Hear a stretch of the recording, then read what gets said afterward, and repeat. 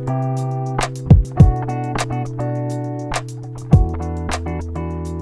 everybody, Courtney here with Smitty's Fly Box. We're just going to be going over our intermediate fly for the month of December, which is a big ass bugger.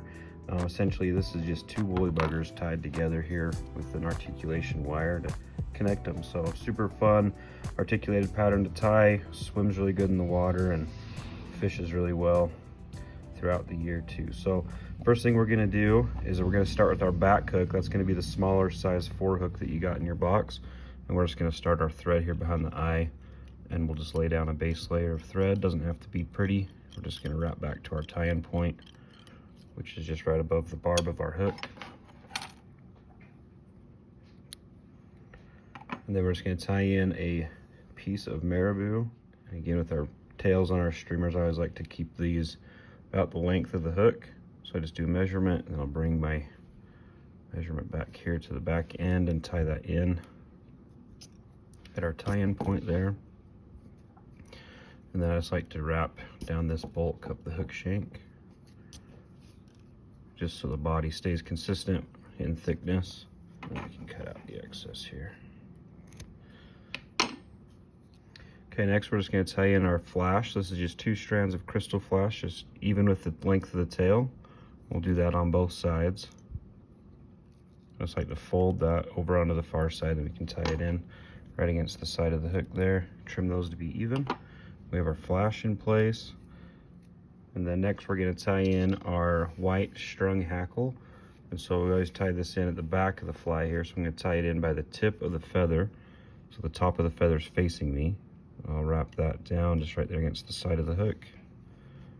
And then we're going to take our pearl cactus chenille, and we'll anchor that to the side of the hook as well. Just take that by the very tip of that. And we'll bring our thread forward to just right here behind the eye of the hook. I always like to just secure these a little bit better and just add a little drop of Zap-A-Gap here, just on top of that Marabou and on that hook shank. Just helps hold that fly together so it doesn't twist. And now we're ready to bring our chenille forward.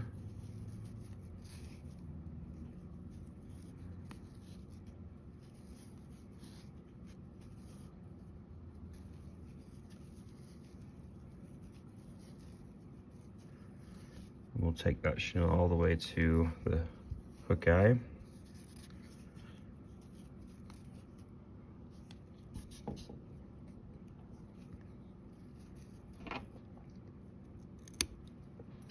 Trim out our excess, and I just like to pull everything back.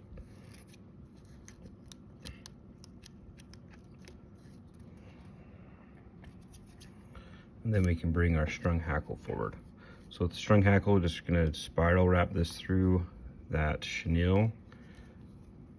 Just nice even spaces throughout. I found with this thicker chenille here, you don't really need to secure it with wire. It kind of sinks down into that chenille really well.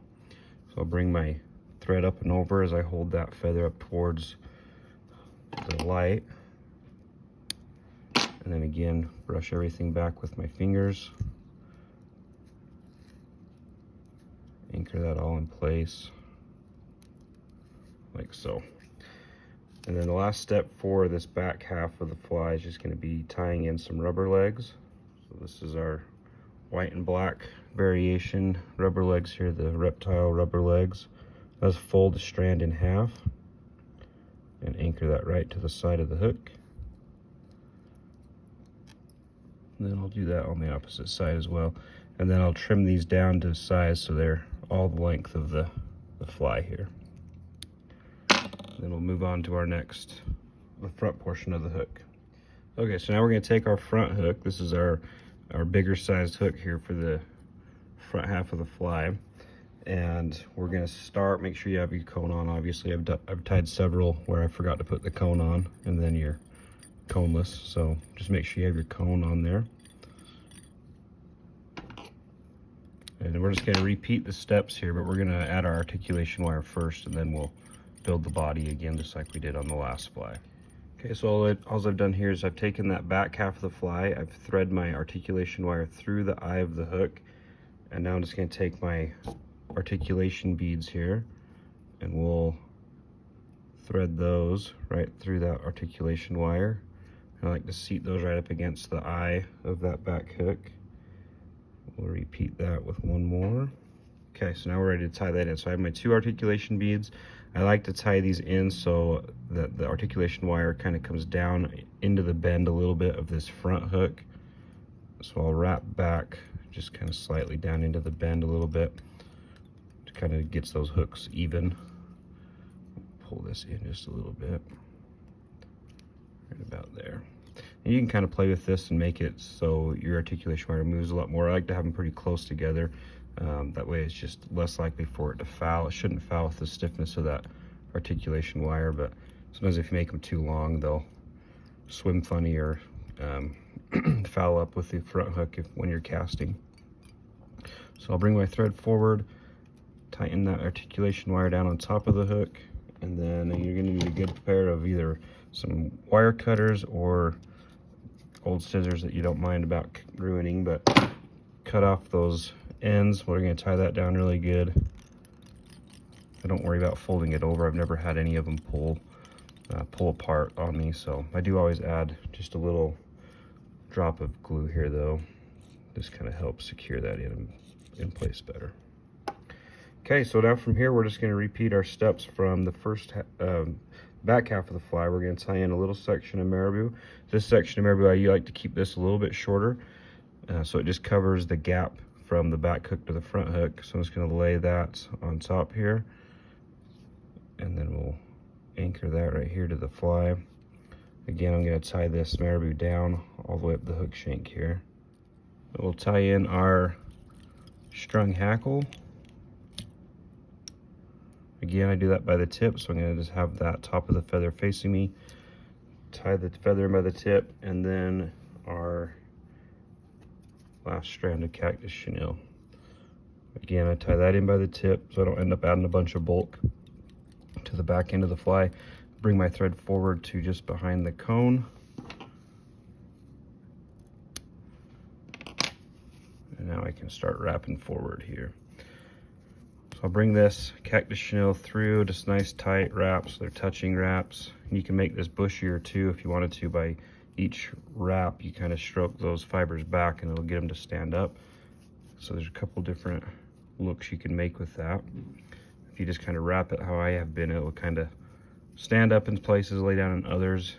Makes it a little less bushy, which I'm okay with on this streamer. I don't need it to be super spiky and bushy. And then we're going to wrap that right here to behind the cone.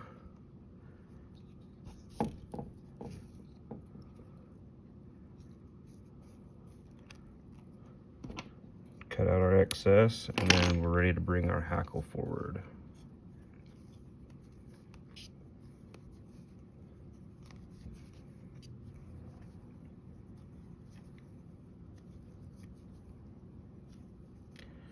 Get up here right behind the cone head. We'll tie that down. Oh, that broke. I'm going to make sure I get that down, so I'm going to secure it with some thread wraps here. Okay, and then we'll just add some more rubber legs to each side. Okay, so for our last step, we're just going to tie in our rubber legs. I just like to come in here with my piece of rubber here and just kind of stick this up and under the cone if you can. Kind of get that fold to push up and under. And then just make sure that thread catches that rubber. And then we can trim that. I trim this down to size 2 so it's going to extend back to the back tail, or the middle tail I should say. And then we'll do that on the other half as well. So again, I just take that rubber, kind of push it up and under the cone.